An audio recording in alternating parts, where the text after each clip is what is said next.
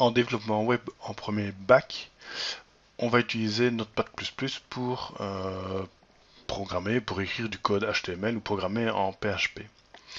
Alors je sais qu'il existe d'autres éditeurs qui vont vous aider à rédiger du code beaucoup plus vite, qui vont faire de l'autocomplétion. Mais ici, en première année, le but c'est pas d'avoir une production la plus rentable possible, c'est de bien maîtriser chaque ligne que vous écrivez. C'est pour ça que je préfère un éditeur le plus basique possible pour vous concentrer sur l'écriture de code.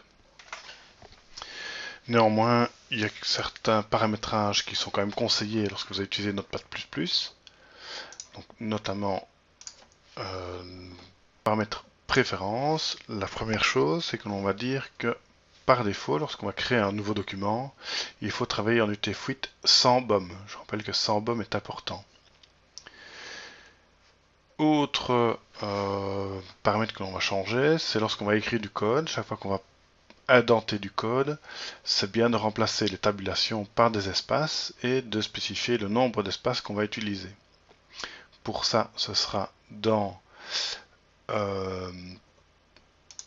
langage. Vous avez ici, dans la deuxième partie à droite de l'écran, les tabulations. Alors par défaut, vous laissez bien une taille de 4.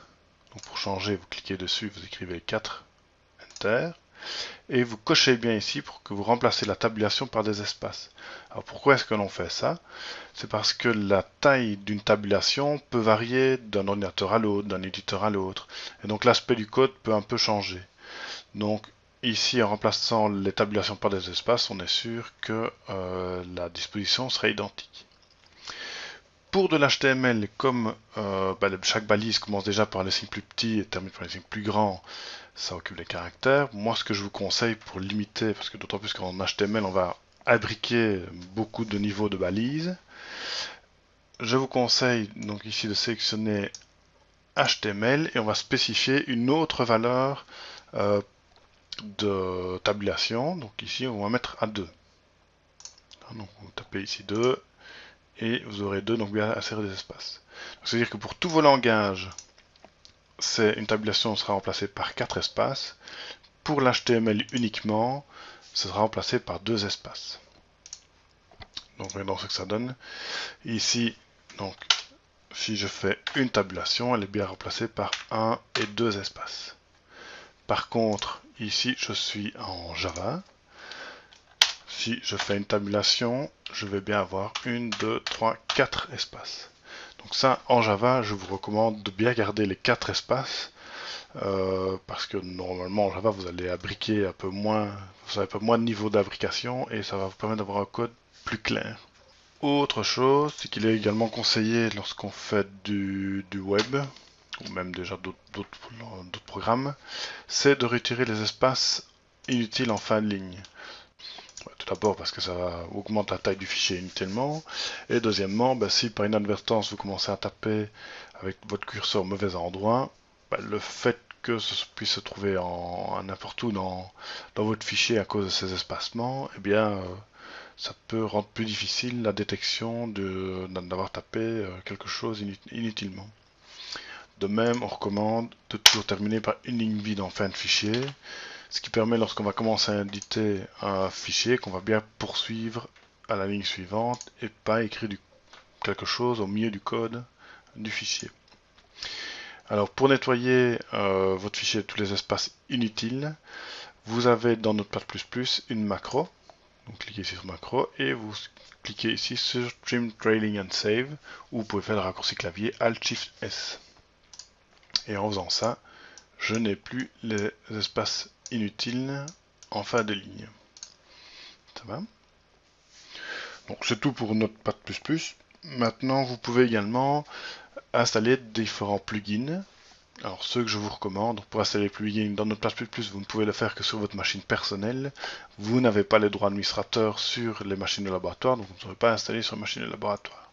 Néanmoins, chez vous ou sur votre portable, je vous conseille donc d'aller dans Plugin Manager, Show Plugin Manager.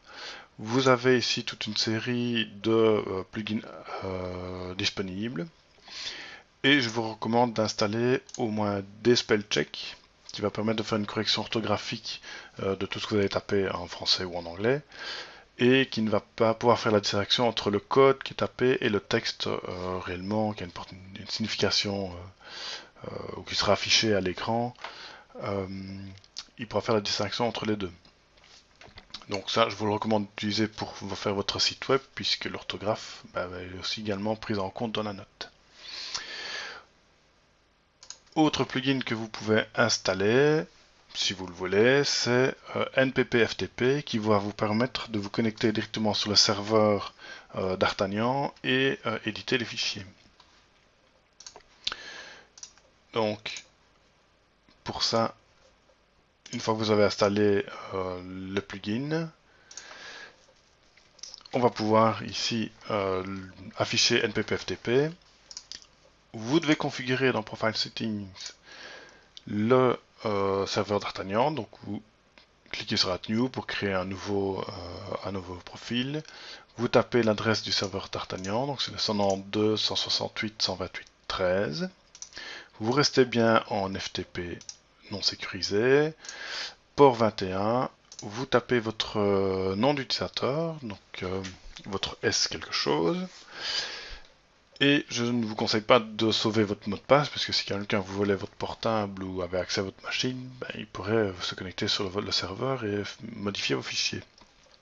Vous cochez bien Ask for Password, comme ça chaque fois que vous essayez de vous connecter, il va vous demander un mot de passe. Ensuite, il suffit ici de vous connecter sur le profil, évidemment il vous demande le mot de passe. Et vous allez voir ici qu'il va essayer de se connecter. Alors ici, je ne suis pas capable de me connecter. Pourquoi? Parce que je suis à domicile, hors dehors du serveur, hors dehors de l'intranet Elmo. Et donc, je dois d'abord enclencher le VPN pour pouvoir m'y authentifier. Alors, je vais aller rechercher le VPN. Voilà un petit cadenas. Je lance la connexion.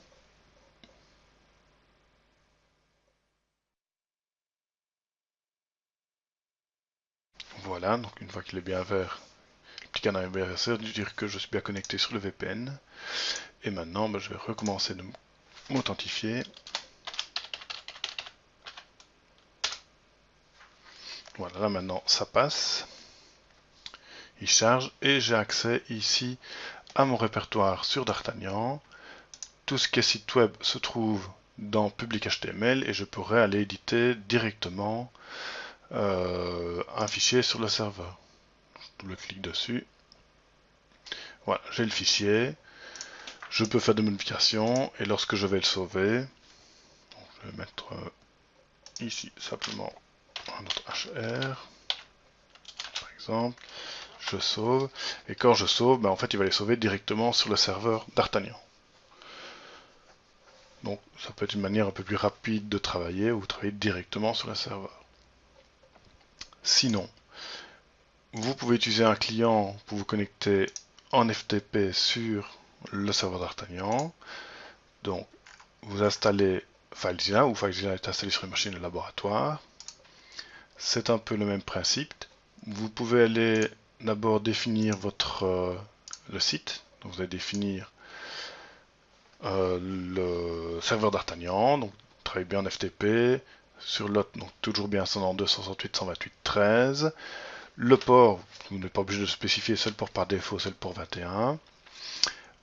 Donc connexion FTP. On demande le mot de passe, vous mettez votre identifiant, donc votre S quelque chose, et vous sauvez. Quand vous avez fait ça, vous pouvez retourner sur votre connexion ici. Je vais fermer ceci. Donc tout ce qui est web devra se trouver dans Public HTML. Et vous pouvez alors récupérer les fichiers sur votre disque dur ou inversement, transvaluter des fichiers de votre disque dur sur le serveur d'Artagnan. Avec ces deux outils-là, donc Notepad++ et FileZilla, vous avez tout ce qu'il faut pour pouvoir faire votre projet et vos exercices de développement web en bac 1.